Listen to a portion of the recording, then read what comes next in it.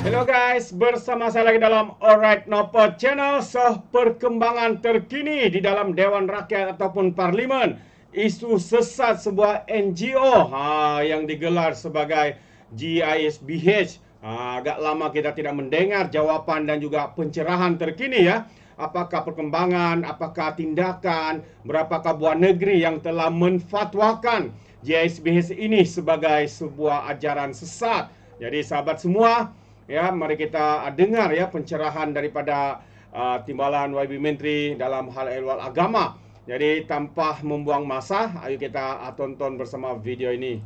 Abdul Ghani bin Ahmad Jalud. Tuan Yang di-Pertua, saya pohon jawapan bagi soalan nombor 10. Assalamualaikum warahmatullahi wabarakatuh dan salam sejahtera. Terima kasih Puan Yang di-Pertua. Terima kasih Yang Berhormat Jelun di atas soalan yang diberikan dan keperhatian yang ditunjukkan. Untuk makluman ahli-ahli Yang Berhormat, sebenarnya sesi penerangan Menteri oleh Yang Berhormat Menteri Hal Agama, Yang Berhormat Menteri Dalam Negeri dan Yang Berhormat Menteri Pembangunan Wanita, Keluarga dan Masyarakat mengenai perkembangan dan tindakan berkaitan GISBH telah pun diadakan pada 15 Oktober 2024. Pencerahan dan penerangan telah diberikan secara menyeluruh. Namun saya ambil kesempatan untuk memberikan lagi maklumat tambahan. Berdasarkan pemerhatian Jabatan Kemajuan Islam Malaysia, Tarikat Aurat Muhammadiyah masih diamalkan oleh pengikut kerana beberapa faktor. Antaranya pengamalan tarikat secara tersembunyi serta sukar dikesan dan pengaruh pemimpin Al-Aqam iaitu Asy'ari Muhammad yang masih kuat di kalangan pengikut walaupun selepas fatwa dikeluarkan. Selain itu, pengamal juga dilihat meyakini manfaat-manfaat dan kekuatan ekonomi yang mungkin diperolehi daripada amalan tersebut berdasarkan ajaran-ajaran di dalam kumpulan ini. Faktor seperti pengaruh komuniti di kalangan kumpulan dan ketidakpastian dalam memahami fatwa juga mempengaruhi mereka. Oleh itu, pengajian dan ajaran yang didedahkan dalam kumpulan tersebut juga menyumbang kepada tarikat ini masih diamalkan. JAKIM akan terus memberi tumpuan kepada usaha memperkukuhkan akidah dan pegangan umat Islam termasuk ahli-ahli GISBH melalui pembudayaan ilmu, pentarbiahan dan juga program-program pengukuhan akidah yang komprehensif dan berkesan dengan kerjasama Majlis Agama Islam Negeri-Negeri dan juga Jabatan Agama Islam Negeri-Negeri. Langkah drastik kerajaan untuk menghapuskan tarikat ini ialah menerusi operasi secara bersepadu bersama agensi-agensi persekutuan dan agensi-agensi negeri termasuk PDRM dalam siri Ops Global dengan melibatkan perundangan yang berbeza. Di peringkat negeri, penyelarasan operasi Ops Global turut melibatkan penguatkuasa agama negeri-negeri. Melalui Ops Global ini, banyak bahan bukti terkait akidah diperolehi. Di samping tindakan bersepadu, pelan tindakan pemulihan juga dilaksanakan kepada ahli GISBH. Usaha ini dilakukan secara kolaborasi bersama JAKIM dan kementerian serta agensi terlibat termasuk PDRM, KKM, KPM, KPTM, KLN, JKM, JTK, AKM, Majlis Agama Islam Negeri-Negeri dan Jabatan Agama Islam Negeri-Negeri. JAKIM telah membentangkan kajian kepada masyarakat kepada mesyuarat Jawatan Kuasa Muzakarah Majlis Kebangsaan bagi Hak Islam kali yang ke-125 yang bersidang pada 20 hingga 22 Rabiul Awal menimbang dan memutuskan pandangan hukum berkaitan GISBH. Dan keputusan pandangan hukum ini telah diperkenankan oleh pengurusi MKI dan seterusnya akan dipersembahkan kepada MRR pada 23 dan 24 Oktober. Sehingga kini, sebanyak 6 buah negeri telah membuat ketetapan hukum berkaitan GISBH. Mohon doakan agar kita dapat menjaga dan memelihara akidah umat Islam di Malaysia. Terima kasih. Jalun. Meneliti jawapan yang diberikan oleh Yang Berhormat Timbalan Menteri, aktiviti GISBH ini adalah kesinambungan daripada Al-Arkam yang diharamkan sejak 1994. Dan nyata bahawa kerajaan tidak berupaya untuk membendung aktiviti yang sangat halus dan tersembunyi walaupun kita mempunyai kepakaran dalam pelbagai bidang. Soalan saya, adakah kerajaan bercadang untuk mewujudkan suatu undang-undang khusus untuk membendung gejala Al-Arkam ni daripada berterusan untuk masa akan datang?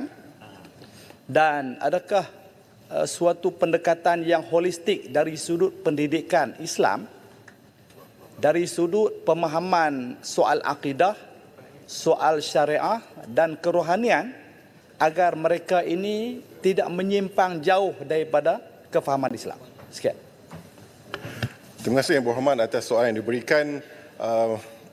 Melihatkan kepada realiti dan apa yang berlaku pada hari ini, kita mesti melihat secara objektif, iaitu setiap agensi, setiap kementerian ada bidang kuasanya yang tersendiri dan kita mengikut lunas-lunas undang-undang. Bagi memastikan bahawa isu ini tidak lagi akan berlaku ataupun mencegahnya secara menyeluruh dan sistematik, sebenarnya kita sudah pun memulakan dan mempunyai pelan pemulihan dan juga mempunyai kolaborasi strategik di antara agensi-agensi. Ingin dimaklumkan di sini, bukan GISBH saja yang akan diberikan tumpuan. Kita juga sedang memantau beberapa ajaran-ajaran yang didapati berkemungkinan berpotensi untuk ada kesesatan di situ. Maka kita juga sedang memantau secara dekat dengan kolaborasi secara agensi.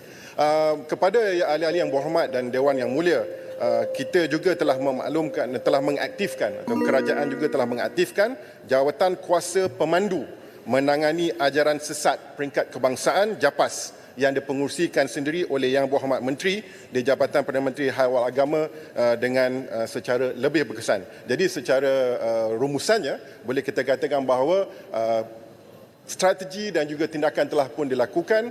Keperluan kepada undang-undang ianya perlu dilakukan kajian yang mendalam agar segala inisiatif yang dilakukan mesti mengambil kira dapatan dan kajian yang menyeluruh oleh pihak-pihak yang berkaitan. Terima kasih. Puan Speaker, Jelebu. Jelebu. Terima kasih Puan Speaker. Pertama kali saya dapat tanya soalan tambahan. Puan Speaker, saya teliti jawapan daripada Yang Berhormat Menteri. Usaha daripada kementerian sangat meluas, Puan Speaker. Tapi soal akidah ni, Puan Speaker, yang berkaitan dengan agama Islam ni, sentiasa menjadi perbincangan yang sepatutnya ada titik penamat kepada soal yang berkaitan dengan akidah. Yang Amat Berhormat Perdana Menteri umum 25 juta untuk Ops Global bagi pemulihan kes-kes yang berkaitan dengan GISB.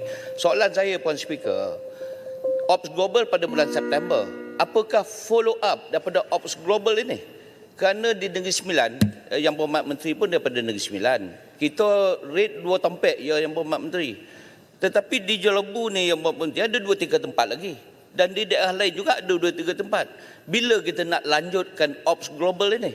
Jangan kita berhenti di satu takuk, kemudian timbul lagi, bawa lagi ke Dewan Rakyat kerana kes ini kes serius, tetapi tindakan kita hanya mengikut frame-frame tertentu. Boleh tak Yang Berhormat Menteri bagi jaminan kepada Dewan Rakyat, bagi jaminan kepada rakyat bahawa soal akidah yang berkaitan dengan Arkam, soal akidah yang berkaitan dengan GISB mesti diletakkan titik penamat once for all, dengan izin. Terima kasih Puan Speaker. Terima kasih Yang Berhormat berapi soalan tersebut. Sebenarnya ingin dikongsikan di dalam Dewan Rakyat Yang Mulia ini, kita sedang memantau secara dekat ada 8 ajaran yang dipantau secara dekat di seluruh Malaysia. Yang ini sememangnya dipantau secara komprehensif.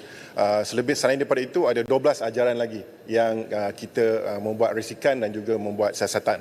Jadi dari aspek yang sebentar tadi, sebenarnya untuk memberikan jaminan mungkin itu di luar kuasa untuk memberikan jaminan. Namun untuk memastikan bahawa usaha-usaha yang berterusan dan juga usaha-usaha yang mantap agar dapat memelihara akidah itu sedang kita jalankan. Itu yang saya maklumkan sebentar tadi bahawa kita telah mengaktifkan semula, iaitu kita mengaktifkan semula jawatan kuasa tersebut yang penyelarasan untuk akidah di peringkat kebangsaan. Selain daripada itu, apa yang kita lakukan sebenarnya kita juga melihat dari aspek yang lain, iaitu aspek pemulihan dan juga pencegahan.